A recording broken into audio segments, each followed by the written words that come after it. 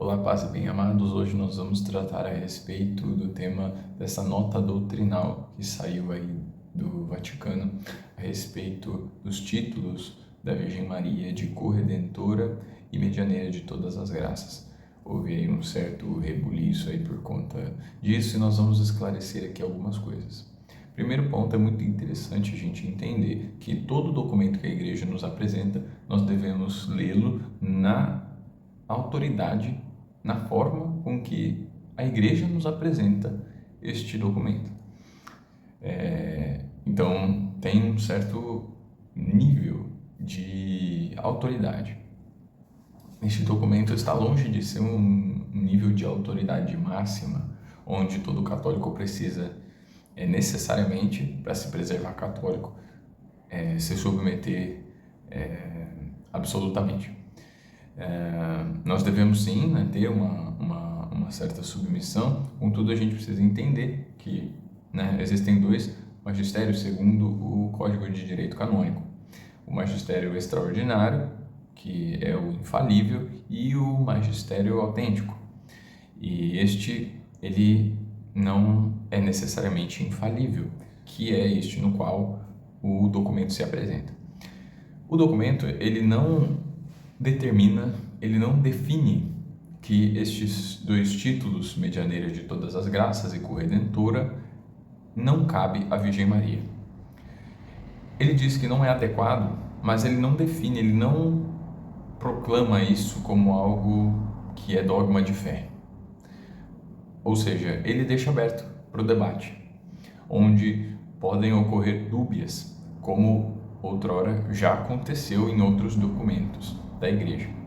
Que fique claro que é entre teólogos, não é qualquer um que faz um curso aí de teologia, não é que são teólogos sérios que podem recorrer, etc. Enfim, normalmente são pessoas do clero, né? Normalmente, não é necessário, mas enfim. Outro ponto é que há uma preocupação ecumênica pastoral, né, deste documento. Hoje, no contexto moderno em que nós nos encontramos, é comum você se preocupar mais com o que as pessoas vão pensar, porque isso pode acabar perdendo o sentido da interpretação correta que a Igreja nos apresenta. Então, esse documento busca delimitar o que é e o que não é, como uma forma de orientação. Não é? E assim nós devemos seguir. Tem um padre, que ele tem um apostolado aqui no YouTube, o nome do canal é Padre Lucas Mariano. Já se inscrevam lá no canal do padre, para ajudar o apostolado dele. Ele tem um conteúdo muito sóbrio, muito bacana. Se o padre estiver assistindo isso, eu peço a sua licença, padre, e a sua bênção. Eu separei, ele fez uma live de 2 horas explicando, conversando também ali, né, com os inscritos e tal, o tema deste documento. Ele pega o documento, ele lê alguns pontos, explica, e é bem interessante. Eu separei alguns trechos dos principais argumentos para nos ajudar a entender, tá certo? Então fiquem aí com a explicação do padre a respeito do documento. Então eu fico por aqui, muito obrigado. Vamos primeiro em relação aos graus de assentimento do magistério. O magistério da Igreja, né, ele não é uma coisa assim unívoca. Né? Em que sentido? O Papa, os documentos todos são absolutamente infalíveis em qualquer circunstância. Isso é inclusive um erro dos sedevacantistas, tá? Eles acham que o Papa, fazendo uma homilia, ele é infalível. E não é assim, ok? O Papa, sei lá, dando entrevista na televisão, num avião, ele é infalível. Não é assim, existem graus, inclusive, em relação até mesmo a essas questões, certo? Porque se fosse assim, veja, raciocine comigo. Se o Papa, por exemplo, fosse infalível, sempre que ele ensinasse a fé, entendeu? Sei lá, numa homilia, então qual seria a diferença entre o magistério solene, né, extraordinário, e o magistério, por exemplo, ordinário? Qual seria a diferença? Nenhuma, porque se ele sempre diz e ensina em qualquer circunstância, ele está ensinando, né, algo infalível, então não precisa de magistério solene extraordinário, entendeu? Não precisa dele chegar num documento e dizer, declaramos, definimos, proclamamos, taranã. Não precisa, porque ele simplesmente diz, ó, galera, é assim, pronto, acabou, não tem magistério extraordinário, entendeu? Então, considere isso, tá certo? Então, existem graus de assentimento ao magistério. Então, primeiro grau, magistério infalível. Olha só, o magistério infalível representa o grau supremo da autoridade doutrinal da igreja. Aqui, a participação no munus docendi de Cristo é a mais profunda possível e a autoridade engajada é mais divina do que humana. Este magistério divide-se em magistério extraordinário infalível, magistério ordinário universal infalível. Tá? Então, magistério extraordinário infalível, exercido pelo Papa quando define uma doutrina ex cátedra ou pelo colégio episcopal reunido em concílio ecumênico sob a presidência ou aprovação do Papa. Ou seja, né, um concílio, ele só é infalível se ele tem a aprovação do Papa, certo? O Concílio Vaticano I definiu que o Romano Pontífice, quando fala ex cátedra, goza daquela infalibilidade com a qual Cristo quis munir a sua igreja, a igreja indefectível. A gente precisa repetir essas coisas, certo? Então, esse é o magistério extraordinário infalível. Magistério ordinário universal infalível, exercido pelos bispos dispersos pelo mundo, quando, olha só, em união com o Papa e em unanimidade moral entre si, ensinam constantemente verdades relativas à fé e à moral, como ensina o Código de Direito Canônico. Olha só, deve-se crer com fé divina e católica, aqui é a citação do Direito Canônico, tudo o que se contém na palavra de Deus, escrita ou transmitida por tradição, quando ao mesmo tempo é proposto como divinamente revelado, quer pelo magistério solene da igreja, quer pelo seu magistério ordinário e universal. A este magistério infalível, qual é o assentimento que você deve dar? Você, católico, você, fiel, leigo, eu, padre, inclusive, todos nós. O assentimento ao magistério infalível deve ser absoluto, firme e irrevogável. Trata-se do ato de fé divina e católica. Cânone 750, inciso 1. Olha só, não há lugar para suspensão do juízo, ressalvas, condicionamentos ou hesitação. A submissão da inteligência deve ser total, sem possibilidade de apelação. Recusar tal assentimento constitui heresia. Por exemplo, se você nega a Imaculada Conceição, pronto, você é um herege, basicamente. Não existe. Eu não compreendo. Não, se você não compreende, você vai estudar, entendeu? Se você não compreende, você estuda, certo? Pede para alguém te ensinar, pergunta para o padre, é isso, é para isso que o padre existe também. Então, o assentimento ao magistério ao magistério infalível, que é extraordinário infalível e ordinário universal infalível, é total. Segundo grau, olha só, segundo grau, né? Verdades definitivamente propostas. Existem doutrinas que, embora não sejam propostas como formalmente reveladas, são necessárias para guardar e expor fielmente o depósito da fé. Estas verdades estão tão intimamente conexas com a revelação divina, que sua negação comprometeria a integridade do depósito da fé.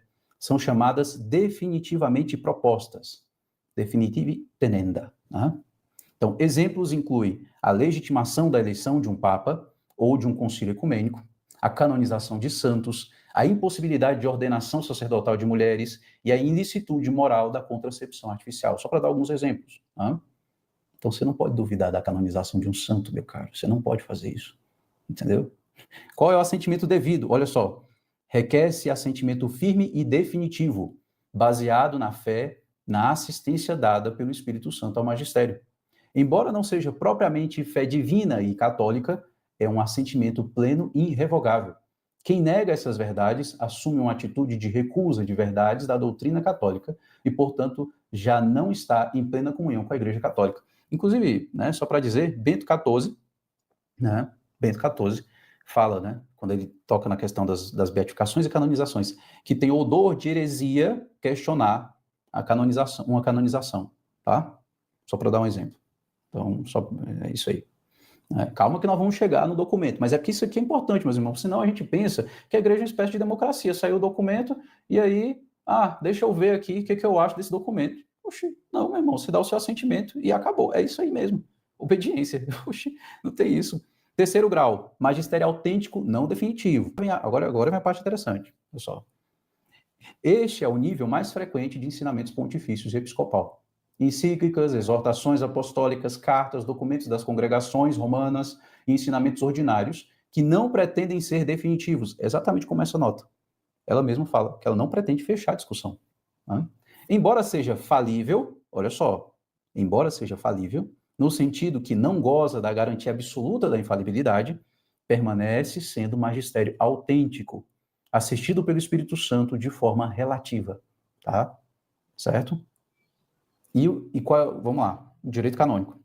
O direito canônico, no cano 752, estabelece: ainda que não se tenha de prestar assentimento de fé, deve, contudo, prestar-se obséquio religioso da inteligência e da vontade àquela doutrina que quer o sumo pontífice, quer o colégio dos bispos enunciam ao exercerem o magistério autêntico, apesar de não terem intenção de a proclamar como um ato definitivo. A nota, ela não fechou, de fato, a discussão assim, ela não fechou, né? Ela colocou lá o tal do sempre inoportuno, né? Mas isso pode ser discutido por teólogos, tá? Isso pode ser discutido por teólogos. Aí é que tá, né? Por teólogos, por um cardeal Burke, por exemplo, que pode mandar uma dúbia e falar, ei, isso aqui e tal, né? Me explica melhor esse negócio, né? Não é você, meu irmão, desculpe dizer dessa maneira, desculpe dizer dessa maneira, mas não é você, nem eu, entendeu? Né? São teólogos competentes. Aqui eu não estou falando necessariamente só de cardeais ou bispos, tá? Teólogos, de fato, competentes para isso. Gente, né, formada, por exemplo, em Mariologia. Não, eu sou doutor em Mariologia, eu quero, né, questionar algumas coisas aqui desse documento. Como que isso vai ser feito? De maneira respeitosa. De maneira respeitosa, na inteligência, cara. Veja, você tem que ter essa disposição interior. O problema é que os católicos estão perdendo essa disposição interior e estão na hermenêutica. Quarto grau, magistério dos bispos diocesanos. Cada bispo em sua diocese exerce também um magistério autêntico. Deve-se estar sempre disposto a aceitar interiormente a doutrina ensinada por um bispo. Ok? Veja, você tem que ter essa disposição interior. O problema é que os católicos estão perdendo essa disposição interior e estão na hermenêutica da suspeita, né? Estão constantemente suspeitando das pessoas, dos prelados, certo? Então, você tem que ter uma disposição interior para ouvir o ensinamento da igreja. Senão, meu irmão, funda a sua igreja, tá? E dá licença. Para de torrar paciência. No entanto, olha só, no entanto, caso encontrem razões sérias contra o ensinamento episcopal, será lícito suspender o juízo, duvidar e mesmo dissentir, mas sempre de forma respeitosa e reservada, com a faculdade de apelar à autoridade superior. Você escreve para o núncio, se não der, você vai para Roma, não sei, entendeu? Mas esse é o caminho natural, tá? Mas porque os lefebristas se rebelaram, agora pronto, né? A igreja está meio, infelizmente, muitos católicos estão contaminados por esse espírito revolucionário. Isso é espírito revolucionário, pessoal. Agora vamos às qualificações teológicas e notas. Isso também é importante, para você entender qual é o grau, por exemplo, da corredenção, né? Desse título da corredenção, ou da medianeira de todas as graças, enfim. Olha só, a teologia desenvolveu uma série de qualificações teológicas que exprimem os diferentes graus de certeza doutrinária. Tá? Então, olha só. De fide divina et católica, verdade revelada e proposta infalivelmente como tal. Primeira coisa. De fide ecclesiástica ou definitive tenenda, verdade conexa com a revelação e proposta infalivelmente. Sententia fidei proxima, doutrina provavelmente revelada, ainda não definida infalivelmente. Sententia teologice, certa, verdade teologicamente certa por sua conexão com a revelação. Doutrina católica, verdade ensinada pelo magistério ordinário, não definitivo. Sententia communis, doutrina comum entre os teólogos. Certo? As negações correspondentes também recebem qualificações. Heresia, nega dogma de fé. Erro na fé, nega verdade próxima da fé. Né? Temerária, ofensiva aos ouvidos piedosos. Certo? Então, isso é importante, meus irmãos, porque se você não sabe isso, você olha e fala assim, o documento diz, é sempre inapropriado o termo corredenção. Pronto. A igreja negou um dogma da fé. Não, primeiro, não é dogma, não foi definido. Só tem 4 dogmas marianos e corredenção não é um deles. Certo? É uma doutrina, deixa eu pegar aqui os termos, né? É uma verdade conexa com a revelação e proposta infalivelmente? Também não. Sententia fidei próxima, doutrina provavelmente revelada, ainda não definida infalivelmente? Também não. Deixa eu dizer logo o que é. Sententia communis, é uma doutrina comum entre os teólogos. Então você tem, por exemplo, né, Santo Afonso, São Luís Maria de Montfort, você tem os papas que usaram esse termo, como o próprio documento fala. Né? Então isso é uma sentença comum, tá? Quer dizer que tanto faz? Não. Tem uma verdade ali que está por trás deste termo, entendeu? Você não pode negar essa verdade. Olha aí, vou deixar aqui, né? Talvez daqui a alguns séculos seja definido o dogma, né, da corredenção de Nossa Senhora, ou medianeira de todas as graças. Talvez daqui a alguns séculos. Alguns décadas ou séculos, não sei lá. Né? E aí, isso aqui vai ser revogado, por exemplo. Esse documento, por exemplo, pode ser revogado. Como eu falei, é magistério autêntico, ok? Então, menos histeria, pessoal, menos histeria. Vamos lá. Agora vamos ao ponto da corredentora, né? Que é o meu problema a parte mais complicada, eu diria aqui. O Papa Francisco, aqui, ó.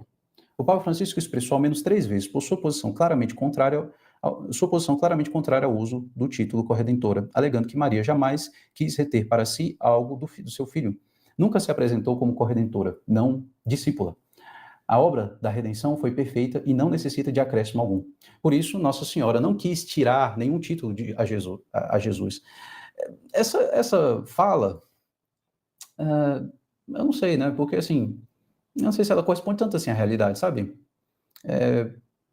São Luís, Santo Afonso, quando fala da corredenção, é sempre deixado muito claro, né, que o único redentor é Nosso Senhor. Mas é apenas uma expressão para dizer da colaboração de Nossa Senhora, de um modo único, né, na obra da redenção. Então, ninguém está dizendo aqui que vai tirar o título do redentor e tal. Ninguém diz isso. Ela não pediu para ser uma quase redentora ou corredentora. Não, o redentor é um só, e este título não se duplica. Cristo é o único redentor. Não existem corredentores com Cristo. Porque o sacrifício da cruz, oferecido com um coração amante e obediente, apresenta uma satisfação superabundante e infinita. Se bem que nós possamos prolongar no mundo seus efeitos, nem a igreja, nem Maria podem substituir ou aperfeiçoar a obra redentora do Filho de Deus encarnado, que foi perfeita e não necessita de acréscimos. Aí, veja, o problema que é colocado no documento é que as pessoas podem compreender mal o título corredentora, né, e ter essa visão, né, de que, por exemplo, Jesus precisou da Santíssima Virgem para nos salvar, no sentido de que ela, vamos dizer assim, também nos salvou, entendeu? Algo nesse sentido. Então, a preocupação é com uma confusão em relação ao termo, né? Aí aqui vem a parte que, para mim, é complicado de fato nesse documento, né? Levando em consideração a necessidade de explicar o papel subordinado de Maria a Cristo na obra da redenção, aí tem o tal do sempre inoportuno uso do título de corredentora para definir a cooperação de Maria. Como eu interpreto esse é sempre? Eu entendo esse é sempre a partir de agora, quando a Santa Sé se pronunciou, entendeu? Assim como no caso lá de Bernardo Claraval, né? Quando ele falou lá da Imaculada, né? Ele errou quando ele falou da Imaculada? Não, né? Formalmente não, por quê? Porque na época dele isso não estava definido dogmaticamente, certo? Então, a partir de agora, né? Então o documento não está dizendo que os papas anteriores e os santos, quando usaram esse termo, né, erraram, se tornaram hereges por conta disso. Não está dizendo isso, certo? Mas esse é sempre aqui, né? Ele de fato é um pouco complicado, né? Este título, aí vem a preocupação, né? E aqui tem uma coisa que eu preciso comentar também, que acho que é a frase do ano. Aí deixa eu beber uma água. Meu Deus do céu, tô falando demais hoje. Hidrate-se. Vamos lá. Este título corre o risco de obscurecer a única mediação salvífica de Cristo, e, portanto, pode gerar confusão e desequilíbrio na harmonia das verdades da fé cristã, pois não há salvação em nenhum outro, pois não há debaixo do céu qualquer outro nome dado aos homens que nos possa salvar. Quando uma expressão requer muitas... Agora, essa é a frase do ano, que isso aqui Isso aqui o pessoal Trad fez uns comentários que eu tenho que ser justo e dizer que eu concordo em partes com eles, viu? Quando uma expressão requer muitas e constantes explicações para evitar que se desvie de um significado correto, não presta um bom serviço à fé do povo de Deus e torna-se inconveniente. Deixa eu tirar aqui um pouco o documento, rapidão. Galera, assim, nós, infelizmente, a gente tem que lamentar isso, tá? A gente não tem que se alegrar com isso. A gente não tem que ficar contando vantagem. Ah, tá vendo? Isso e aquilo. Não. Né? Infelizmente, tem vários documentos, né, dos últimos pontificados que não são tão precisos assim. Tanto que tiveram várias dúvidas. A maneira como o documento fala sobre a mediação. Né? Número 31, aqui, ó. Nos padres da igreja, essa ideia encontrou uma peculiar expressão no comentário de João 7, 37 e 39. Olha só. Porque alguns interpretaram a promessa do rios de água viva, o Senhor diz, né? O Senhor diz para as pessoas ali, quem crê em mim, né? No seu ventre brotarão rios de água viva, certo? Então os padres da igreja interpretam isso. A promessa dos rios de água viva como referida aos cristãos. Isso significa que os próprios cristãos transformados pela graça de Cristo convertem-se em mananciais para os demais. Eu não vou ler isso aqui tudo, tá? Porque senão a gente demora demais aqui e a live não acaba. Né? Então, primeiro é importante você entender essa expressão. Né? Então, quando se fala aqui, né, que os cristãos unidos perfeitamente ao Nosso Senhor se tornam como que rios de água viva, ou seja, eles são como que instrumentos da ação de Deus no mundo, são instrumentos da ação da graça na vida das pessoas. Quando você evangeliza, quando você dá testemunho, quando você, de fato, né, é sal da terra e luz do mundo, entendeu? Você é um canal, um manancial de água viva, você é um manancial do Espírito Santo na vida das outras pessoas. É isso que você, católico, tem que ser, não um chatólico, entendeu? Que vive torrando a paciência das outras pessoas.